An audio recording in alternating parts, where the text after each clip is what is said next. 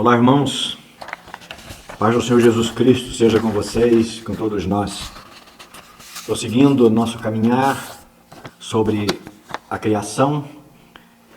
Vamos pensar hoje sobre a expansão celeste. Que fantástico. Que coisa extraordinária. As obras de Deus. As coisas foram formadas, foram criadas, foram organizadas. E quando a gente olha para tudo funcionando, dá a impressão que as coisas criadas, elas foram criadas com a mesma facilidade, com a mesma engenhosidade e com a mesma simplicidade como é criado um brinquedo, como é criada uma réplica de algumas coisas, algumas máquinas e etc. Quando a gente fala da expansão, nós estamos falando em coisa assombrosa ou assombrosamente grande. E aqui grande é no sentido de tamanho mesmo, de medidas, coisas que se medem. A expansão está relatada, a formação da expansão está relatada nos versos 6 a 8 do capítulo 1 do livro do Gênesis, nas seguintes palavras. Disse Deus, haja uma expansão no meio das águas, e haja separação entre águas e águas. Aqui, só para a gente não perder o ponto, nós temos uma grande porção das águas que é composta por água salgada, e uma outra porção, dizem os estudiosos, bem menor, de água que não é salgada, chamada de água doce. Na criação a gente encontra Deus falando, separando água e água. Isso tanto se aplica no sentido do lugar onde elas se localizam, quanto da natureza da sua composição. Fato é que Deus separou, criou uma expansão entre as águas e fez uma separação entre águas e águas. E fez Deus a expansão e fez separação entre águas que estavam debaixo da expansão e as águas que estavam sobre a expansão. E assim foi. Debaixo da terra e no alto. Chamou Deus a expansão céus. E foi tarde e manhã o dia segundo. Muito bem. Na introdução a gente vai dizer que a expansão, o firmamento, é o nome que foi dado por Deus ao grande espaço criado, visível a partir da terra, em relação aos planetas e astros que a circundam. Até então, terra e água haviam sido criadas e coexistiam misturadas.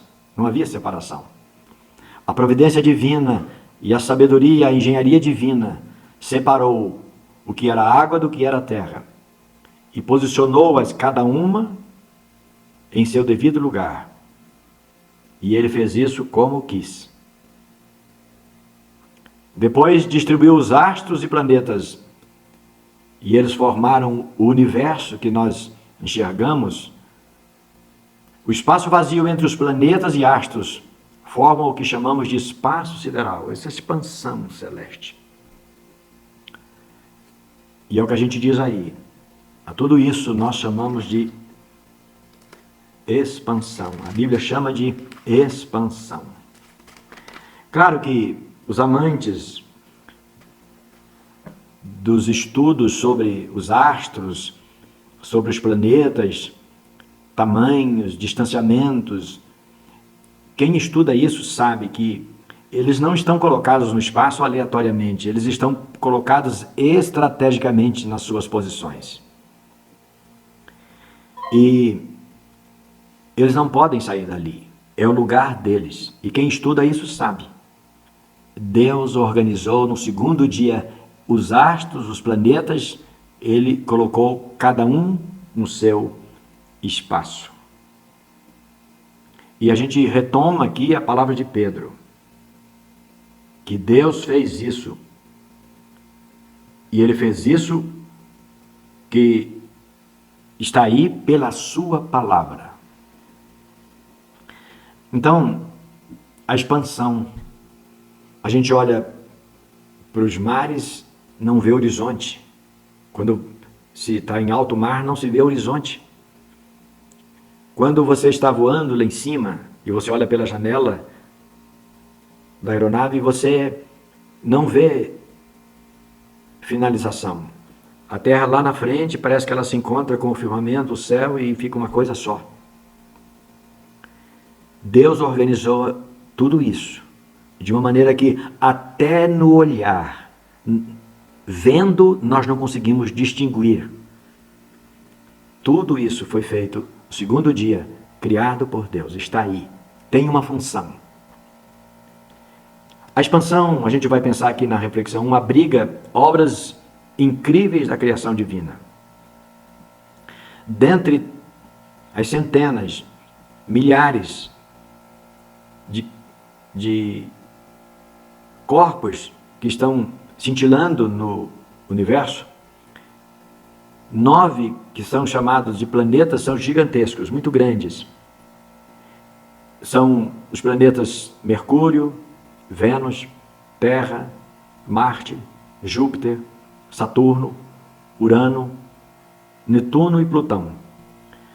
Estudiosos há que nomeiam, incluem nesta lista de grandes astros também ainda outros planetas. Mas esses 9 são os principais. Qualquer estudioso que lista os grandes planetas, esses 9 estão na lista. E esses 9 planetas estão distribuídos no universo, distribuídos no espaço, tomando como o Sol como ponto de referência. Olha só, eles estão distantes do Sol e a medida se fala em milhões de quilômetros. Presta atenção, milhões de quilômetros. Mercúrio, por exemplo, está a 57,9 milhões, 58 milhões de quilômetros do Sol. A Terra está a 149,6 milhões de quilômetros distante do Sol. Sabe esse Sol que a gente vê todo dia? Ele está praticamente 150 milhões de quilômetros de nós, distante de nós. Plutão, o mais distante. Aqui ultrapassa os milhões, 5,913 bilhões. 5 bilhões, 913 milhões de quilômetros do Sol. Isso foi só para citar esses 9 aqui, esses pequenos exemplos, ou esses pequenos exemplares. Irmãos, nós não estamos aqui, e a finalidade não é essa, falar sobre astronomia e sobre as particularidades disso, mas nós citamos aqui apenas para a gente ter uma pequena ideia, na nossa pequena capacidade de pensar, sobre quem é Deus. E Ele criou isso existe organizado, qualquer estudioso do assunto sabe disso, nós falamos a princípio. E se exalta, enaltece, engrandece Deus. Isso torna a verdade de Deus incontestável. E sobre Deus, o Criador, o organizador de tudo, o profeta Isaías, inspirado por ele mesmo, por Deus mesmo, por esse mesmo Deus, ele fez um desafio para o ser humano, lançou alguns desafios para o ser humano pensar se pudesse. Capítulo 40, versos 12 a 18. Está escrito: quem mediu com o seu punho, as perguntas que Deus faz ao seu povo. Quem mediu com o seu punho as águas e tomou a medida do céu, sabe esses milhões, bilhões de quilômetros? E tomou a medida dos céus aos palmos e recolheu numa medida o pó da terra e pesou os montes e os outeiros em balanças, para que o ser humano temesse a Deus e entendesse que Deus, Ele é tremendamente incomparável ao homem, que, portanto, a Ele, o homem deve venerá-lo, porque Ele criou o homem para louvor dEle, para a glória dEle. Isso não é uma ameaça, é para dizer que Ele, se quisesse, destruiria o homem assim, num estalar de dedo. E ele continua perguntando: quem guiou o Espírito do Senhor? Ou foi o seu conselheiro, ou o ensinou? Ele distribuiu tudo isso no universo, na expansão. distribuiu, separou as águas e colocou aí na expansão todas essas galáxias, todos esses planetas, tudo isso. Quem ensinou ele? Ele faz essa pergunta. Com quem o Senhor se aconselhou para que pudesse decidir, tomasse conhecimento, entendimento, e lhe mostrasse as veredas do juízo, que ensinasse a sabedoria e lhe fizesse notórios os caminhos da ciência? Quem ensinou ciência para Deus? Repito, temos ouvido muito falar em comprovação científica. Quem deu ao Senhor ciência para fazer engenhosamente colocada todas essas coisas estarem aí no universo? Eis o verso 15, aqui eu acho fantástico, quando ele se dirige aos homens. Sai do universo, sai da expansão, sai dos planetas, cometas, etc. E volta-se para a Terra, para falar agora, chamar atenção para o homem. Eis que as nações são consideradas por ele como a gota de um balde.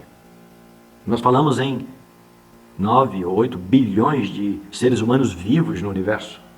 E pelo profeta Isaías, ele diz assim, isso aí para mim é como uma gota de um balde.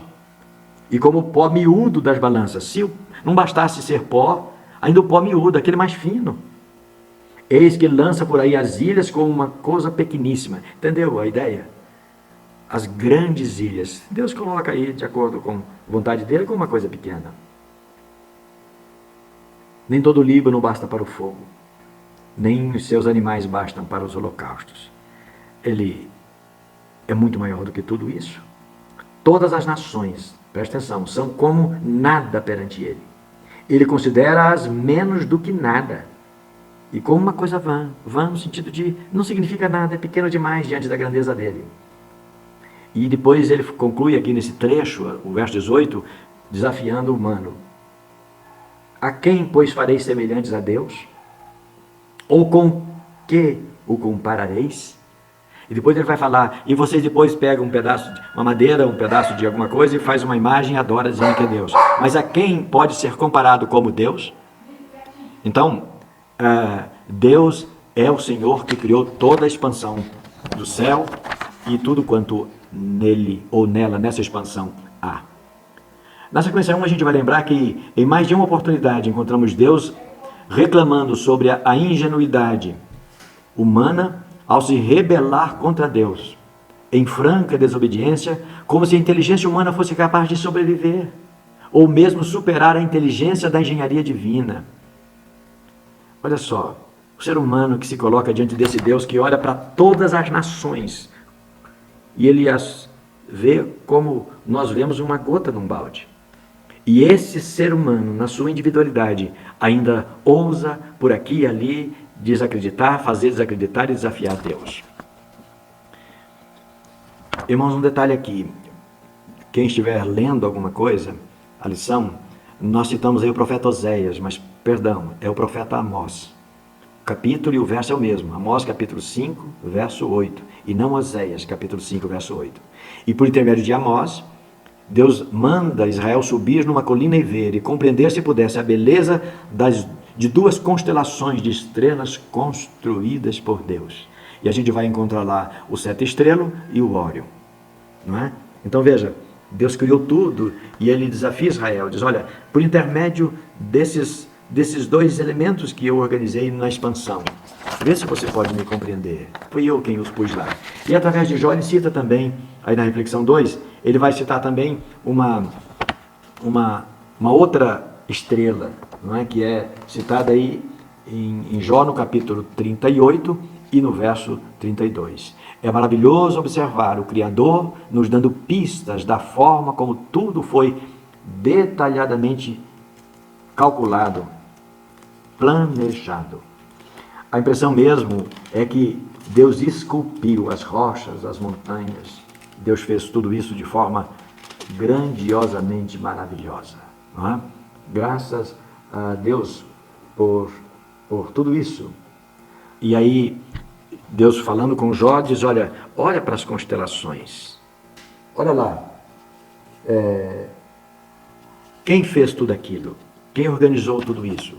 Foi eu. Portanto, Jó, você se comporta quando você pensar alguma coisa a meu respeito. Cuidado. Tudo que você pensar sobre mim, eu sou mais.